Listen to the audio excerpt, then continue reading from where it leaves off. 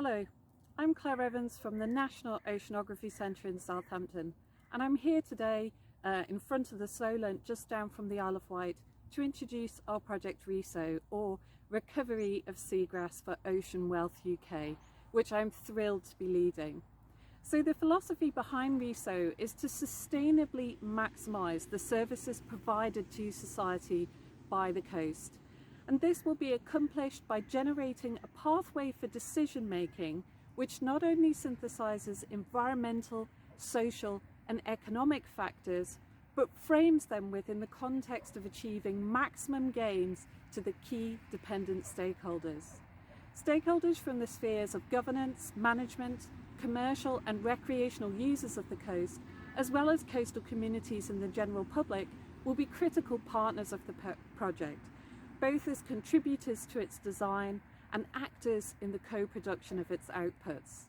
As a hugely important environmental and socio-economic coastal habitat, we will generate a pathway for the restoration for seagrass at scale.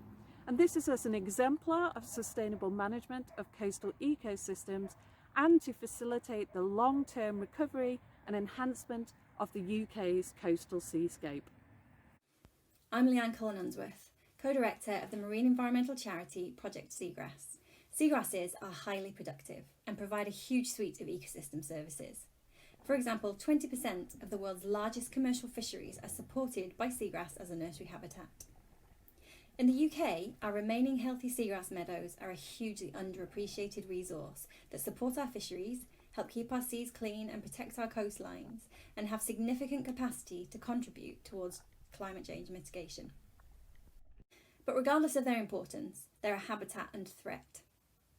We've lost around 92% of our seagrass cover since the 1930s, with around 40% of that in the last 40 years. Where empirical data does exist, it largely documents a decline in the size or health of our seagrass meadows. The loss of this habitat provides a clear example of completely altered generational baselines. Poor water quality and land reclamation are the biggest causes of loss, but other direct physical damage is also a major problem.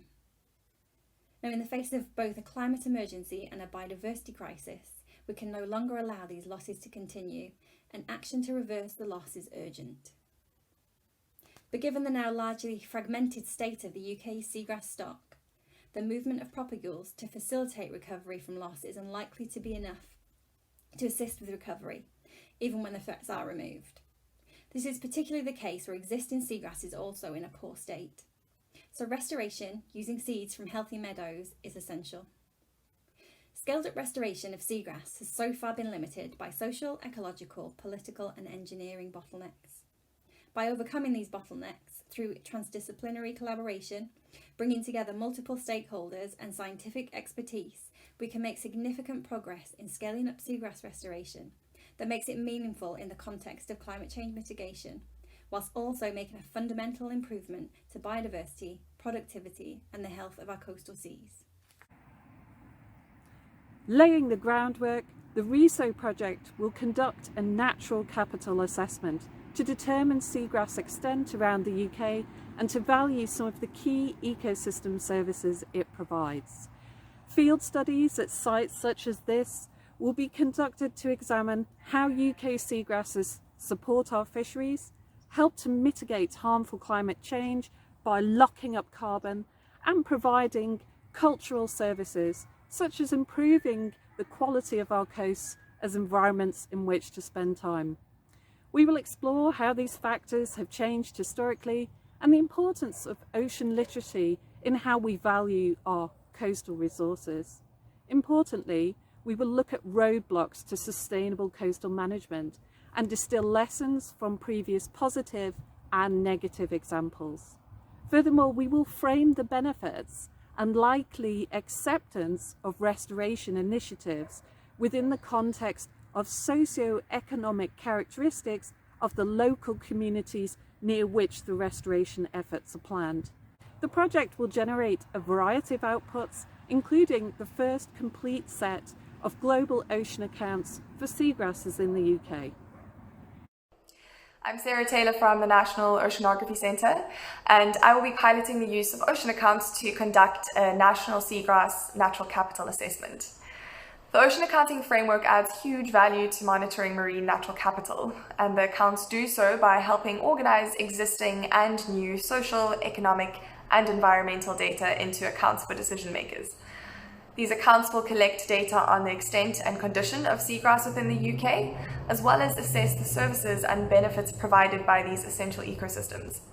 This is a really exciting opportunity to showcase the benefits of better integrating marine assets into national accounts as a step towards sustainably managed ocean economies. The data streams we generate will be brought together to factor the environmental, social and political suitability of seagrass restoration spatially across the UK. These will be made easily accessible to all stakeholders via maps expressing these information layers, accessed online via our Coastal Ecosystems Enhancement Decision Support Tool, or SEEDS. Thank you.